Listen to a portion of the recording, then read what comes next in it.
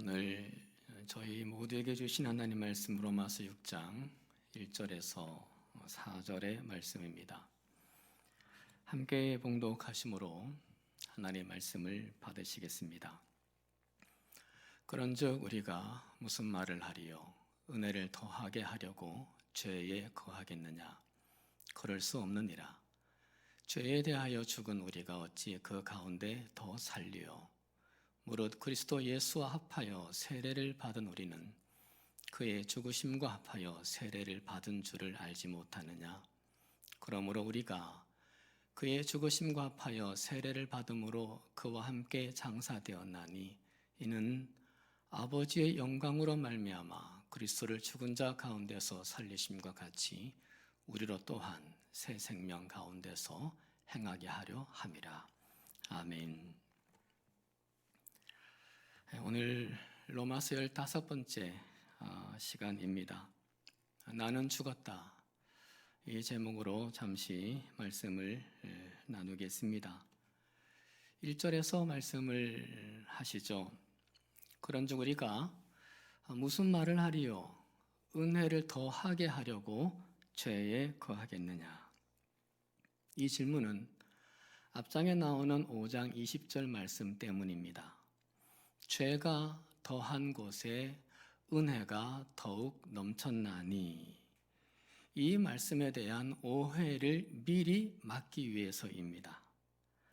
다 같은 죄인입니다마는 내가 죄인임을 더 깊이 잘 아는 사람일수록 은혜가 더 되고 감격이 더 되는 법입니다. 바울은 그런 뜻에서 말씀을 했는데, 그런데 이 말씀을 곡해하는 사람들이 생겨난 겁니다. 그럼 은혜 받기 위해서 죄의 자리에 있는 것은 괜찮지 않은 거 아니냐? 라는 곡해였습니다. 그래서 1절에서 질문하는 거죠. 은혜를 더하게 하려고 죄에 거하겠느냐라고 물으면서 2절에서 대답을 단정적으로 합니다. 그럴 수 없느니라. 그리고 2절 하반절에서 왜 그럴 수 없는지에 대한 이유를 밝히는데 이렇게 말씀합니다. 죄에 대하여 죽은 우리가 어찌 그 가운데 더 살리요? 우리가 죄에 대하여 죽었다. 이 말씀을 주목해야 할 것 같습니다. 여러분, 우리는 단지 죄에 대해서 용서만 받는 게 아니라 죄에 대하여 죽은 자라는 겁니다. 늘 용서해달라는 그 죄에 대한 용서만 아니라 죄에 대해 죽은 자가 바로 그리스도인이라는 거죠. 그 근거를 무엇이라고 제시를 사도 바울이 하고 있느냐 하면 3절 이하에 나오는 세례입니다. 무릇 그리스도 예수와 합하여 세례를 받은 우리는 그의 죽으심과 합하여 세례를 받은 줄을 알지 못하느냐? 우리가 세례를 받았다는 것은 예수 그리스도와 함께 죽었다는 의미라는 거죠. 4절에서 더 분명하게 말씀을 하세요. 그러므로 우리가 그의 죽으심과 합하여 세례를 받음으로 그와 함께 장사되었나니, 죽었는데 죽은 후에 장례까지 다 치렀다는 얘기입니다. 그러니까 세례를 받은 사람은 나 자신을 장례 치른 사람입니다. 이 장례식은 슬픈 장례식이 아니라 기쁜 장례식이죠. 왜냐하면 죄의 종로로 타던 옛사람의 나를 장례 치른 것이기 때문입니다. 새로운 피조물로 태어나기 위하여 나를 죽인 것이기 때문입니다. 그러니까 우리가 죄에 머물 수 없다. 그럴 수 없다. 이것이 바울의 답입니다. 이것을 고린도전서 10장에서도 설명을 합니다. 우리 조상들이 다 구름 아래에 있고 바다 가운데로 지나며 모세에게 속하여 다 구름과 바다에서 세례를 받고 라고 말하죠. 바울이 세례를 설명할 때 이스라엘 백성들이 홍해를 건넌 것으로 설명을 하고 있어요. 이스라엘 백성이 홍해를 건넌 다음에 홍해가 어떻게 되었던가요? 홍해가 갈라졌던 그 바다가 다시 합쳐졌어요. 그러니까 이스라엘 백성들이 애굽으로 되돌아가는 길이 사라진 겁니다. 애굽의 노예 생활이 이제 완전하게 장사가 되어진 거예요.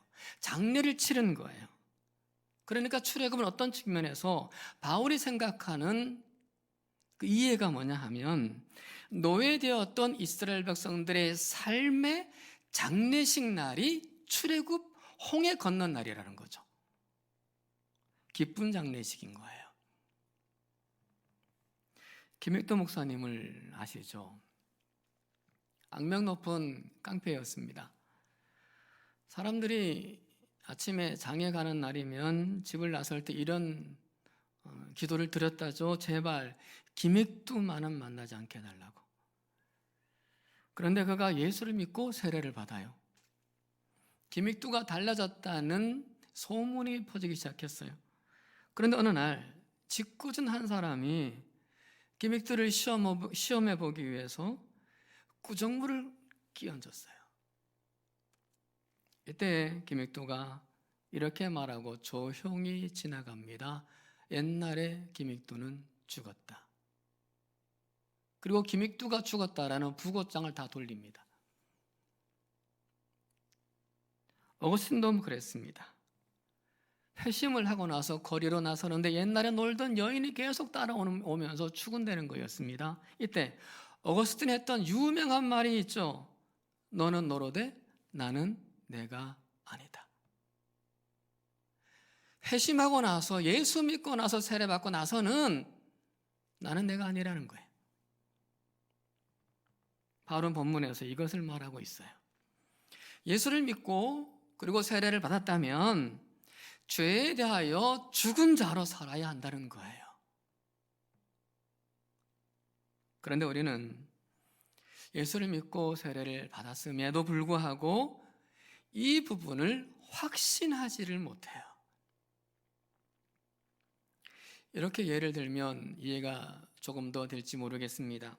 1945년 8월 15일 우리 민족이 해방이 되었는데 대부분의 국민들은 어리둥절해서 당일날 쥐 죽은 듯이 조용했다가 그 다음 날에서야 거리에 나와서 만세를 불렀다고 합니다.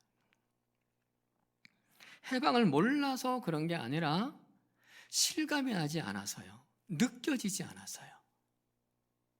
실제로 일본 아베 노부유키 총독은 9월 9일 날 미 군사령관 하지 중장에게 정식으로 항복할 때까지 여전히 조선 총독으로 행동을 했습니다. 해방이 되었는데도 많은 그리스도들도 그와 같다는 거죠. 분명히 예수를 믿고 우리가 세례를 받으면 예수 그리스도의 죽음과 합해지고 죄에 대하여 죽은 것이다. 이렇게 성경이 해방 선언을 하고 있는데도 불구하고 긴가민가 한다는 거죠. 어리둥절하죠. 실감이 안 나게 되고요. 그리고 잘 내가 피부로 현실적으로 느껴지지 않아서요. 그러는 사이에 우리가 어리둥절하고 긴가민가 쭈뼛쭈뼛하는 사이에 죄는 여전히 우리에게 총독질을 하고 있다는 겁니다. 바울은 그런 모습을 보고 얼마나 답답했던지 11절에서 이렇게 아예 단정을 해버립니다. 너희도 너희 자신을 죄에 대하여는 죽은 자요 그리스도 예수 안에서 하나님께 대하여는 살아있는 자로 여길지어다. 죄에 대하여 죽고 하나님께 대하여는 살아있는 자로 여길지어다 이렇게 말씀하시는데, 여길지어다 로기제스토 헬라를 썼어요. 이 뜻은 결론을 내려라, 결론이 났다. 현재 명령형입니다. 믿으라는 말보다 더 강력한 단어를 사도 바울이 쓰고 있어요. 이런 거죠. 이미 난 결론을, 이미 결론 난 기정사실을 받아들이기만 해라. 의심하지 말고 받아들일지어다라고 명령을 하고 있는 거죠. 그만큼 확실하다는 거예요. 확신을 가지라는 거예요. 사랑하는 여러분, 제가 우리를 집적거릴 때가 있습니다. 그럴 때마다 이렇게 우리 속으로 스스로 외칩시다. 나는 세례받았다. 나는 세례받은 사람이다. 예수 그리스도와 함께 그 세례를 받을 때에 십자가에 못 박혀 죽음과 동시에 죄에 대하여도 죽은 자다. 나는 죽었다. 너에게 끌려갈 수 없는 노릇이다 라고 말이죠. 그런데 우리가 이 세례와 관련해서 오해하지 말아야 할 것이 있습니다. 그럼 세례받지 않았으면 죄에 대하여 아직 못 죽은 것이다. 세례가 없으면 구원은 불투명하다 라는 주장입니다.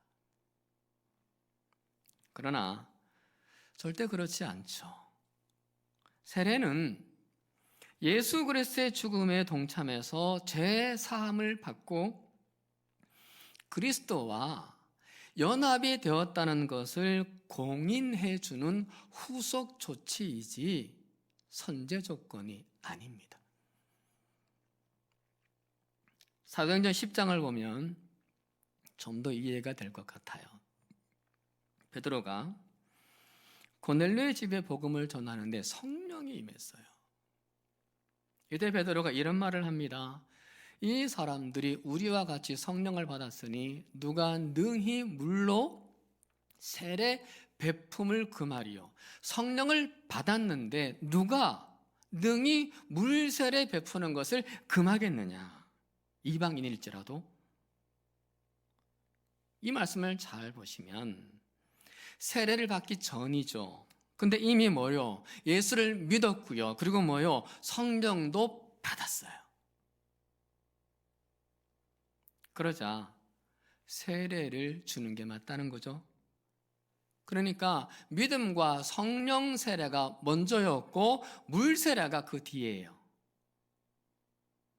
우리가 예수 그리스도의 죽음에 동참을 하고 그리스도와 연합하는 것은 성령의 은혜로 내가 예수 그리스도를 믿을 때, 그리고 예수 그리스도를 나의 주님으로 믿을 때, 그때입니다.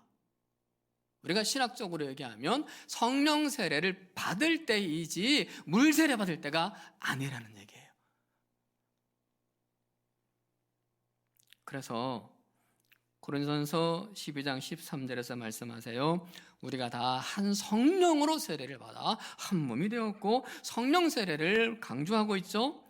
성령 세례가 물 세례보다 먼저라는 거죠. 물 세례는 이미 받은 성령 세례를 증명하는 의식, 죄에 대하여 죽은 것을 인정해 주는 의식입니다.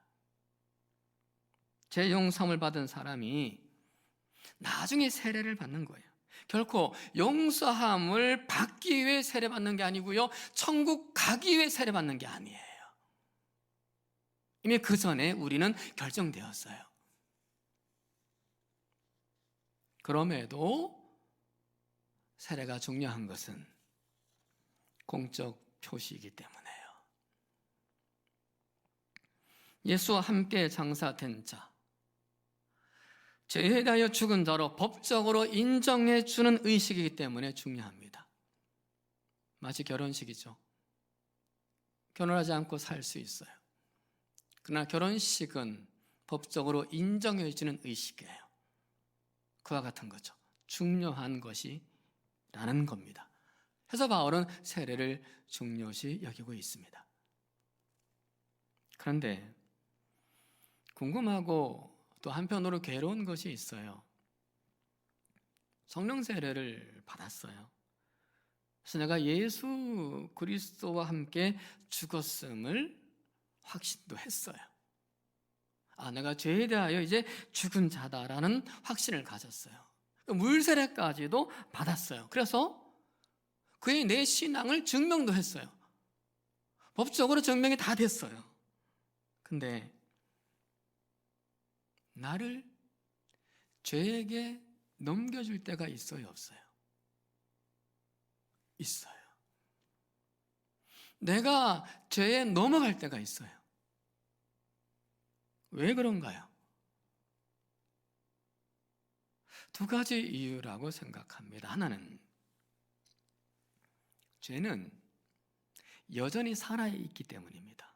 무슨 얘기냐 하면 내가 죄에 대하여 죽은 것이지 죄가 나에 대해 죽은 게 결코 아닙니다. 내가 죄에 대해 죽은 것이지 죄가 나에 대해 죽은 게 아니에요. 우리가 죄에 대하여 죽었지만 그렇다고 죄의 힘이 사라지거나 제가 가만히 꼼짝도 않고 움직이지도 않고 가만히 있는 게 아니에요. 죄는 여전히 우리를 향해서 돌진을 하고 있고 그 죄의 힘도 막강해요. 때문에 죄에게 넘어갈 때가 있어요. 그 죄의 힘이 얼마나 강력한지를 다윗이 좋은 예로 보여줍니다. 왕궁 옥상을 거닐다가 목욕하는 밧세바를 보고 음욕을 품어요. 근데 그 음욕에서 멈추지를 못하고 남편이 있는 여인임에도 불구하고 궁으로 데리고 와서 임신까지 했어요. 근데 죄는 거기서 멈추지 않게 했어요. 죄는 더 밀어붙여요. 이번에는 다윗의 충신인 그 여인의 남편 우리아를 죽여요. 이 흉악한 죄에 자꾸 넘어간 사람, 더 강한 죄의 자리로 들어간 사람은 다른 사람도 아닌 다윗입니다. 하나님 마음에 합했다고 인정받은 다윗입니다. 하나님의 영에 충만했다고 성경이 기록해 주는 다윗입니다. 이스라엘 민족이 그토록 존경하는 다윗입니다. 그러기에 죄를 가벼이 보지 않아야 합니다. 어떻게 해야 합니까? 그럼 바울의 방법이 답이라 생각합니다. 나는 날마다 죽노라. 내가 세례를 받을 때 죄에 대하여 죽었어요. 내가 예수를 믿을 때 죄에 대하여 죽었어요. 법적으로 인정이 되었고 공식적으로 공인이 되었어요. 내가 그 믿음으로 확신을 했어요. 그러나 그걸로 그때 그 순간으로 끝나는 것이 아니라 나는 날마다 죽노라. 이걸 기억해야 한다는 거죠. 나는 예수 믿은 자로 십자가에 주님과 함께 십자가에 죽은 자로 죄에 대하여 죽은 자로 날마다 죽어야 한다. 정욕이 생기고 죄에 미혹될 일이 있을 때 나는 죽었다. 혈기가 올라오고 거짓말을 해야 하게 될 때 나는 죽었다. 바울이 그랬다는 거죠. 날마다 죽는다. 이 은혜가 우리에게 있기를 소망합니다. 우리가 죄에 대해 죽었는데도 세례를 받았는데도 죄에 넘어가는 또 하나의 이유는 우리가 죄에 대하여 죽은 것은 내 영혼이지 육체는 아니라는 겁니다. 6절, 12절, 13절 상반절을 보시면 이런 말씀이 있어요. 우리의 옛사람이 예수와 함께 십자가에 못 박힌 것은 죄의 몸이 죽어 다시는 우리가 죄에서 종노릇하지 않냐려 하매니 그러므로 너희는 죄가 너희 죽을 몸을 지배하지 못하게 하여 몸의 사욕에 순종하지 말고, 또한 너희 지체를 불의의 무기로 죄에게 내주지 말고, 또한 너희 지체를 불의의 무기로 죄에게 내주지 말고 라고 기록합니다. 자, 6절과 12절에서 죽을 몸을 죄의 종노릇 하지 말게 하고 죄가 지배하지 못하도록 하라 할 때의 죽은 몸, 6절 11에서 두 번 얘기하죠. 죽은 몸. 이 죽은 몸은 육체를 의미합니다. 육체가 죽잖아요. 영혼이 죽는 게 아니에요. 13절에서 지체를 죄에게 넘겨주지 마라 할 때 이 지체도 헬라어로 멜로스라는 단어를 썼어요. 백체, 육체예요. 그러니까 이런 얘기죠. 우리의 영혼, 내 영혼은 죄의 지배로부터 자유했지만, 죄에 대하여 죽었지만, 그러나 우리의 육체는 그렇지 못하다는 겁니다. 우리의 죽을 이 몸 육체는 그렇지 않다는 거예요, 아직. 그래서 사단은 그런 우리의 육체를 이용을 하는 거예요. 우리의 육신을 이용을 하는 거예요. 때문에 우리의 육체가 살아있는 한 죄는 내 육체에 들어와 활동을 합니다. 계속 내게 공격을 합니다. 그래서 우리가 죄에 대하여 죽은 자로 내가 살아가지만은 그 죄에게 넘어갈 때가 있다는 얘기예요. 그럼 우리가 그 육체를 이겨내기 위해서 어떻게 해야 하나? 그 육체를 내가 넘어서기 위해서 내가 어떻게 해야 하나? 내 영혼을 강화시키는 겁니다. 죄에 대하여 죽어 자유롭게 된 이 영혼이 내 안에서 강력해지게 하는 거예요. 죄로부터 자유한 나의 영혼을 더욱더 강하게 만들어가는 거예요. 그럼 어떻게 강하게 만들어갈 수 있습니까? 나를 은혜 아래로 두어야 해요. 그래서 14절과 15절 말씀에서 은혜 아래 있으니, 이 말씀을 연거푸 두 번이나 강조를 해요. 은혜 아래, 은혜 아래. 그래야 할 때에 죄로부터 자유한다라고 말을 해요. 은혜 아래 들어갈 때. 나를 은혜 아래 두기 위해서는 어떻게 해야 합니까? 말씀을 가까이 해야 은혜 아래 내가 들어가죠. 기도를 가까이 해야 내가 은혜의 자리에 들어가죠. 내가 찬양을 가까이 해야 은혜의 자리에 들어가죠. 내가 예배를 가까이 하면 은혜의 자리에 들어가는 거예요. 그럴 때 내 영혼이 강화가 되고 내 영혼이 강력해지면서 내 육체를 이기게 하는 거예요. 그래서 우리 모두 다 죄에 대하여 죽은 자로 사는 기쁨을 얻게 되는 겁니다. 내 영혼만이 아닌 내 육신도 죄에 대해 이기는 승리의 삶을 우리가 살아가게 되는 겁니다.